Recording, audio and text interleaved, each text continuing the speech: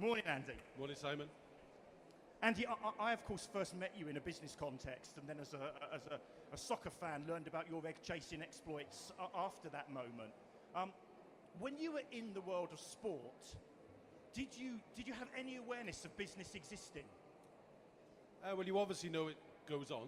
You're part of a massive industry, and that's what pays your wages, so you're very aware of it on quite an acute front there. But really, business was a bit of an enigma, really, as possibly sport can be to business.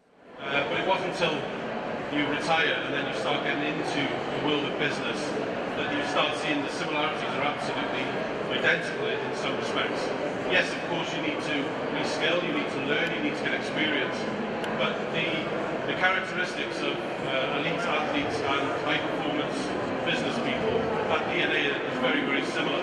The hard work, dedication, devotion, the passion that you have to put in to reach the top in business is exactly the same in sports. And the key thing that we're talking about today is resilience. In sport, you lose a lot, and if you sulk about it, then it's not going to do you any good in the long run. You have to pick yourself up and get on to the next training session or the next game. And in the world of business, and especially in sales, you get knockbacks, you get no's, and you have to pick yourself up, dust yourself down, and get on to the next opportunity. So I've seen it, and I've based a business around athletes transitioning into business, and it's been pretty successful. We've dealt with a lot of businesses who really get the whole sport and business concept, and we're placing fantastic athletes, such as one we're going to hear from now, in really, really good businesses and in roles that are going to give them opportunities way into the future so they can continue their high-performance life. It strikes me that already from what you said, one of the key differences from business and sport in life is predicated around quite short moments in time and lots of training, whereas business is actually huge moments in time and not so much training. Is that a challenge when people move from the sport into the business world? Yeah, there's definitely an intensity problem there and an attention span thing, really. But a lot of businesses do say to us that how are they going to find it? A lot of it's not. It's about a grind. It's the hard work, and that's really 99% of the life of an athlete is hard work. You get that one moment possibly every week or every month or every 4 years to shine, and you have to grasp that. That's the pressure bit. But the hard work and the sort of grind of the daily work that you have to do in business is not a problem for athletes. They're used to it. It strikes me you said something very interesting. One of the first phrases you used in a conference about resilience was the idea of losing and picking yourself up. And that strikes me as a very interesting concept in the world of entrepreneurs as well, where we often talk about entrepreneurs needing to fail in order to succeed. How do you think businesses and athletes respond differently to the act of losing? Yeah, I mean, losing is, if you're a sports person, it's part of a process. It's part of a process to get to places. If you don't fail or lose or have those moments where you have to reevaluate yourself and crack on, then you'll never get to where you need to be. There's no one just gets from there to there without the up and down in the middle. So for us, it's something we sort of crave in some respects, that failure, that we know where our limits are and we have to push our boundaries.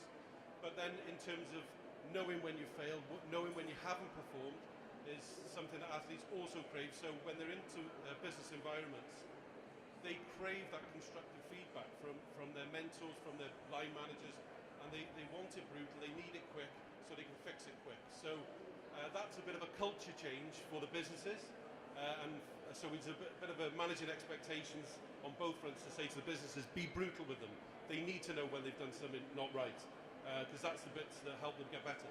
I think that's a fascinating idea, Andy, that the notion of failure is somehow hardwired to its counterpoint of success, and that actually via knowing why you failed you can achieve greater outputs at the other end. I'm going to clear off now and leave Andy to do the next interview, but I will introduce our guest. As a schoolboy England 400-metre runner, this man is my hero.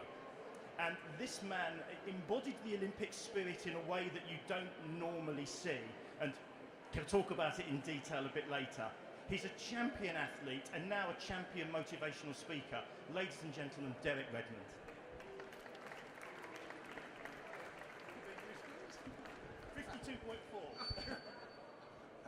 Good to see you, mate. Derek, pleasure, take a seat. Thank you. It's great to have you up on stage. I think we just want to go back a little bit to the beginning of your sporting career, and when did you really seriously want to be a professional athlete, and what were the physical and mental challenges that you had to overcome on that journey? Okay, well, to be honest with you, becoming a professional athlete almost came about by accident. A very, very full-top, whistle-stop sort of update of how I got into athletics. I literally joined an athletics club at the age of 7, just because I enjoyed running and jumping, and I used to run around the house, and for the first 5 or 6 years of my life, I actually thought my name was Walk, because my parents always used to tell me to walk everywhere because I would always run anywhere. So they sent me to a local athletics club. I went down, joined, enjoyed it, got into it, continued all the way through my secondary school. And I guess it didn't begin to get serious until I turned 17. I then got into running 400s, and I represented England in a junior international. And then later that season, I represented Great Britain in the European Junior Championships. And that's when I started to think, you know what, there's a bit of a career here, and that's where the hunger really, really started. What were the sort of toughest challenges in those early years for you to overcome? I think the toughest challenges for me in my career, whether it was early, middle or late, unfortunately, was injuries. I suffered injuries very early on in my career. I just talked about the very first international that I had. Well, I actually didn't run in that international because during the warm-up I actually pulled my hamstring. So I made the international, I went to the international, but I didn't run. So for me, one of the toughest part of my career, and the toughest problem in my career was injuries. So we're talking about resilience. So what's going through your mind when you have a bad injury, and how do you turn that from a real negative into a positive? Well, I think the thing that goes through your mind when you have a real bad injury is ouch, that hurt, or something along those lines. Maybe words a bit strong. For me, whenever I picked up an injury, and most of my injuries were either hamstring related or Achilles tendon related, and you have an issue, you have a problem, the thing that always got me through them was the belief in my own ability. I knew how fast I could run, and if only I could get a clean run at it, I know that I could perform very well. So whenever I broke down and I was out for a number of days, number of weeks, even months in some cases, it was that belief that I could run a certain time that always helped brush myself off and continue. I mean, when things don't go right in business, in life, whatever, we do have doubts. Even athletes do as well. But were there any moments in that where you actually thought, this isn't going to work? There was never any moments where I thought it would never work, no. There are a lot more moments when I thought, yes, I will be world record holder, yes, I will be Olympic champion, than there were, this isn't going to work. Of course, you do have doubts, as you said. I would be, lying if I said, there wasn't days when I wanted to jack it in, but that would come into my mind for a split second, and it would go out of my mind. It's a natural thing. So yes, there was times when I contemplated jacking it all in, but I had a good team around me. I had fantastic support from my coach and my dad. Mum as well, but was sort of my number one fan, critic. And it's those sort of people that you turn on when things aren't going as well. It's that kind of support mechanism that you have around you. We'll talk a bit about your father and the support you had around you later. But you overcame some of those early problems and went on to do amazing things. You talk about medals. What were the sort of highlights for you in your running career? I think the biggest highlight for me was obviously becoming world champion. I think my medal haul started in 1986 with winning the Commonwealth Games and then winning the European Championships. Then my first World Championships, I picked up a silver medal. Then my second World Championships, picked up a gold medal. Competing at 2 Olympic Games obviously was pretty big in my eyes as well. And also, to be honest with you, being British champion on a number of occasions, because during my era we had some tasty guys. You had Roger Black, Chris Akabusi, John Regis was around. David Grinley, Ewan Thomas. We had some tasty guys around. So at one point, to be number one in Britain, you had to be in the top 4 or 5 in the world. Something that's been pretty iconic in your life and a big part of your life, which it hasn't defined you, but to have Barack Obama talk about you is a big thing. Now, I want to go back to the '92 Olympics. Now, this was a very, very difficult point in your life, and it's been YouTube, one of the highest watched YouTube things out there in terms of sport. We're going to just show a clip, if we can the clip up. But just leading up to the '92 Olympics, how did your preparation go for that? As usual, my preparation was up and down, let's say. I'd had a lot of injury problems leading up to it. I think we got it now. Can you just... Right. Oh, he stopped. Can you talk us through? Okay, so this is the semi-final. I'd already won I'd won the heat. I was the fastest qualifier in the heat. I'd won the second round final. I'm in lane 5. And you'll see in a minute now, about 150 metres down the back straight. That's Steve Lewis in the middle. So I'm sort of going down the back straight. I was in the lead of the race at the time. And I just heard a funny pop. And my first thought was I could hear a noise in the crowd. And then I realised, actually, I pulled a hamstring. And I sort of grabbed the back of my leg and said, ouch, oh dear, I think I've pulled my hamstring, or words to that effect. And the race continued. And it's going a bit quick, but I obviously got up and started running. And what actually made me get up is after I pulled my hamstring, I'd gone down. After about 10 or 15 seconds, I remembered where I was and what I was doing. And what went through my mind was, if I get up now and start running, I'll catch the guys. I'll still qualify for the final. That's what made me get up to my feet. And I hobbled to the 200-metre mark and around the top bend. And I sensed this person was going to come onto the track and stop me. And I was just about to fend them off, and then I heard a voice say, "Derek, it's me," and it was my old man. And he said to me, "Look, you don't need to do this." And I just remember shouting at him and saying, "Just get me back into lane 5. I've got to finish the race." And he just turned around and said, "Okay, we'll finish this race together." And what you see is pretty much, what you get. And it was funny because I had managed to keep all my emotions in and everything. But as soon as I saw that familiar face, someone who'd been with me for all my career, I let everything out. And I get asked quite a lot, what was it your dad said to you that sort of made you, lose it? And it wasn't one particular thing he said. But 22 years later, I've kind of worked out what it was that sort of made me break down. And I'm ranked in the top 10 in the world over 400 metres. I'm competing in the Olympic Games. I'm in the Olympic Games semi-final. I've got 100 metres to go, and I look over my left shoulder, and my dad's level with me. I figure if that don't make you cry, nothing in the world's going to make you cry. So, yes, it was obviously the lowest point in my athletics career. There's no two ways about it. It was something that I didn't think would happen. I was the silver medal at those Olympic Games, and obviously I was hoping to win a gold, because I figure if you can win a silver, you've got a chance of the gold. What made it a little bit harder was the fact that at the previous Olympic Games, where I was expected to win a bronze medal, I snapped my Achilles tendon warming up for the first round. So those Olympics to me had almost double meaning, because I wanted to win 2 medals in one, so to speak. So it was the lowest of the lowest points in my career. So you're talking about a low point there. I mean, how important was it to have your father and that supportive family and friends around you at that point?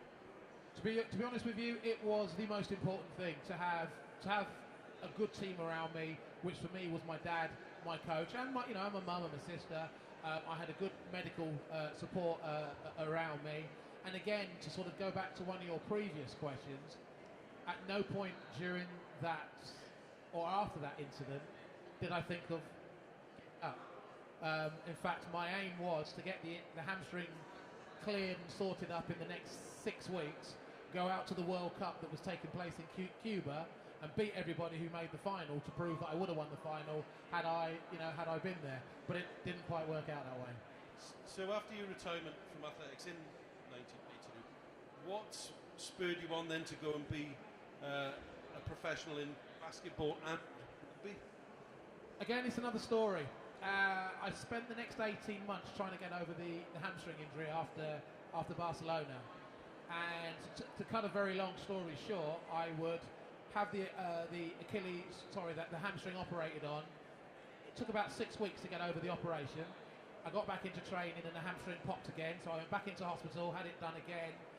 Another 5-6 weeks off, got back into training, bang, it went again. 7 times that happened in a period of about 18 months.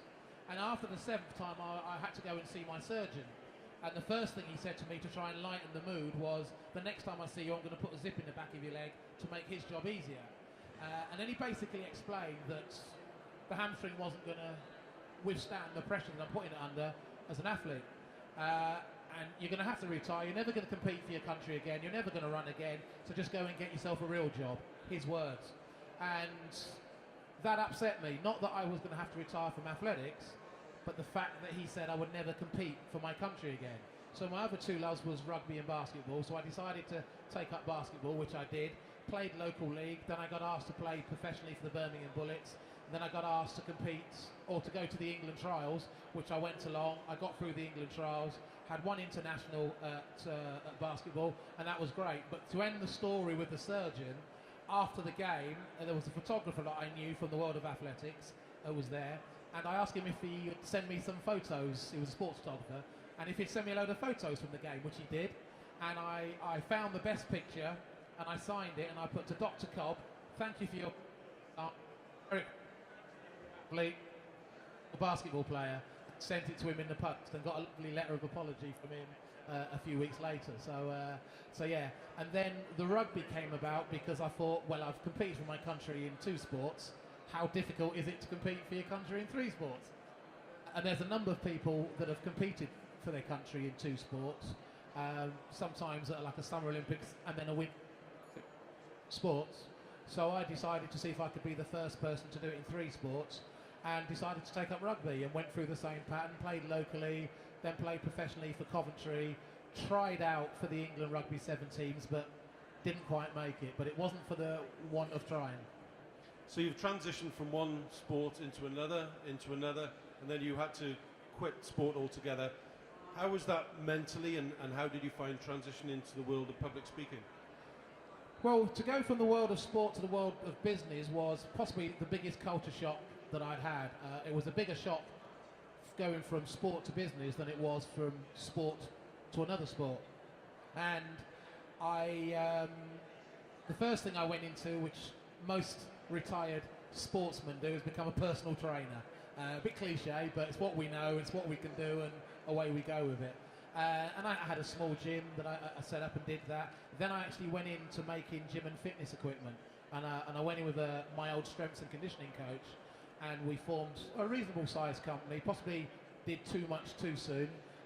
Went really well for 3 years and then died, and unfortunately it sort of went belly up, and I learned a lot from that. In the meantime, I had been doing a bit of speaking, but one of the things that I had learned in my early days, that business was a sport, and I have a saying now that sport is a business and business is a sport, and they're very, very much related. And I decided to start talking about my experiences in the world of business, as short it had been, and how the mindset of a successful sports person actually isn't that different to the mindset of a successful business person.